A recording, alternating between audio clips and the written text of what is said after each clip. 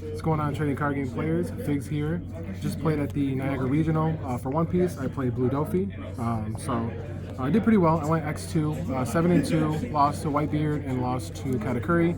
Just unfortunate events. Whitebeard I didn't see, only won 2K, so I couldn't defend.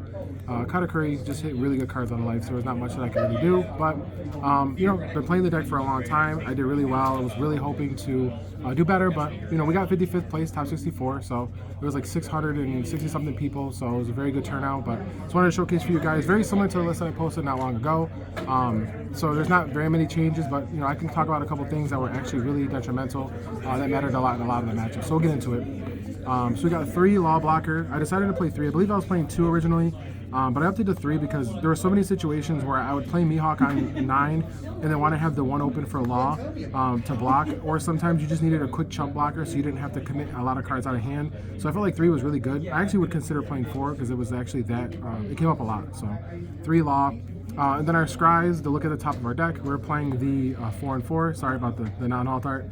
But yeah, I mean, these cards obviously are very good, very important for the deck. We want to look at the top, rearrange our deck for the upcoming turns. I think that's where this deck actually gets very skillful, where the ceiling, as I said before, is very high because of the fact that you're having to consider everything. You're considering your leader's ability, you're considering what your opponent can play. Your changes obviously change based on what your opponent is playing in their turn, because sometimes you might not even do a leader effect at that point. You might have to out their monster with like a 3,000 Worlds or a Red Rock, so it does change your lines of play based on what your opponent does. But these are important. You definitely need to see as many of these as possible. My 2Ks, I went with Kaya and Sasaki. I'm also playing the Mihawk, but he's part of the Warlord package. But yeah, 3 and 3. These, I want to play a split just in case I ever needed to reset my hand or draw. This came up once in the event. I played against Ace. I had 2 3,000 Worlds, needed to get rid of them. I stacked 2K and a 1K, played this, and gave me enough combo power to live the next turn and then win on the following. So it definitely did come up. But yeah, you want to make sure that you have the option of resetting your hand or discarding and drawing new cards. And then, of course, you can play this and also use this as your 2K counters. You can also pick it up with Gecko Maria, which is actually very important, so that does come up a lot. Then we've got our 4 Gecko Maria. This is the better one. We also play the vanilla, of course. But this one's actually pretty insane, just because of the fact that you're just basically recycling everything. There's so many times where I won games because I play him, and then I would grab my Doflamingo blocker or the Law blocker and just have an additional body. So it's like in your turn, like you get leader effect for 3. You can play this for 4. And then also be able to get a blocker, which is just really good value. I mean, it's value across the board that just is hard for your opponent to deal with, because now you've got 3 bodies just off of 1 turn, which is really nice. And then this is our beater, very important card in the deck. Can't wait till we can get more. But yeah, definitely very, very good. Then we've got Jinbei. Originally I was playing 4, but I dropped it down to 3. It came up so many times where I was drawing it pretty often. But you don't really need to see that many. As long as you see 1, it applies enough pressure, and then if they try to out it, you just clear their board.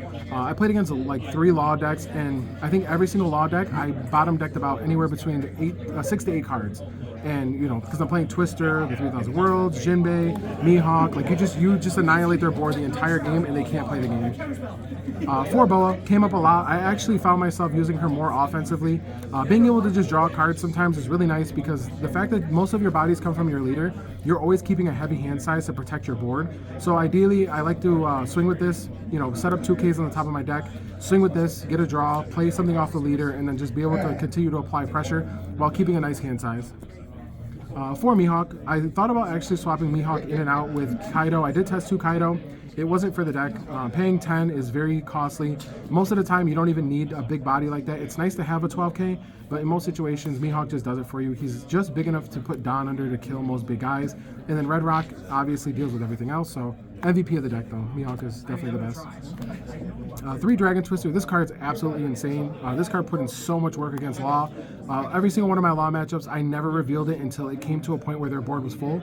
Because even though that you want to make sure they don't establish their 5 guys, you always try to make sure that they don't know about this card. And a lot of times they didn't. Like, there were so many times where my opponent would commit their board, and then I would just go ahead and Dragon Twister their blockers away as they try to establish their board to get their leader ability. So they would like use their leader ability, keep swinging, and then I would just get rid of their blockers. Now they're down on guys, and the next turn I can 3,000 Worlds, get rid of their 5-drop Law, or clear something else, attack the things that are rested, and their board just goes to 0. And that's how I won most of my matchups, just bottom decking everything, getting rid of their blockers, and keeping their board very, very small. Another big thing is too, I avoided attacking early, so if I could set my deck, I'd set my deck up for events, grab the events, not swing, wait until they start putting guys on board, and then once they started committing is when I would defend, bottom deck their ones, swing it to their guys, make their hand size really small, poke them, and just keep their board empty. Then the best card in the deck, absolutely hands down, just the MVP of the deck, Red Rock. I mean, honestly, I don't think I would have played this deck if it didn't get this kind of support. This was really the thing that allowed me to win the yellow matchup, as well as any of the other late game matchups. This deck already has a good matchup against, you know, like Queen and stuff like that, Queen, Rebecca, just because of the fact that you go wide. So it is hard for them to clear your board consistently, especially because some events for them, they require multiple cards or they require you to, you know, pay a lot just to clear boards. But yeah, like this card, it single-handedly allows me to win those games. You know, again, it clears big bodies that normally Mihawk, if Mihawk can't get to them, this will definitely get to them. And it's on trigger effect is just absolutely good. It's insane. But yeah, that was the deck. I definitely was hoping to get a good, nice win with the deck because I've been playing it for a while since Gen Con, and it definitely did perform the way that I wanted it to. Again, my losses were really just nuanced, you know, little variance issues, of course, that I just couldn't avoid. You know, not seeing 2Ks against Whitebeard is very, very tough to deal with. And in Katakuri in itself, sometimes they can just hit crazy out of life and there's nothing you can do about it. So you kind of just go with the flow. But yeah, every other matchup felt great. I mean, this deck is insane against Red. I didn't play a single Zoro, but I was heavily prepared. I actually played that matchup more than anything in testing and was very ready for it. I played 3 Law, 2 Ace, 1 Katakuri, 1 Film Dofi, and 2 Whitebeard. And yeah, a lot of red, and like I said, Law was my freest matchup. Just bottom deck everything, big guys, they commit their Don, and you just overwhelm them and keep their board empty. But yeah, definitely wanted to showcase for you guys. You know, hopefully, it might be at Nats, not too sure, but definitely won't be playing this after this weekend. It definitely takes a lot of brain power. It's a high ceiling deck, and I just wanted to perform with it really well. Was again hoping I did better, but 55th place isn't too bad considering, you know, I've only been playing it since after Gen Con, which is like a month, 2 months. So, but definitely grind it out. So hope you guys like the deck profile, and as always, like and subscribe.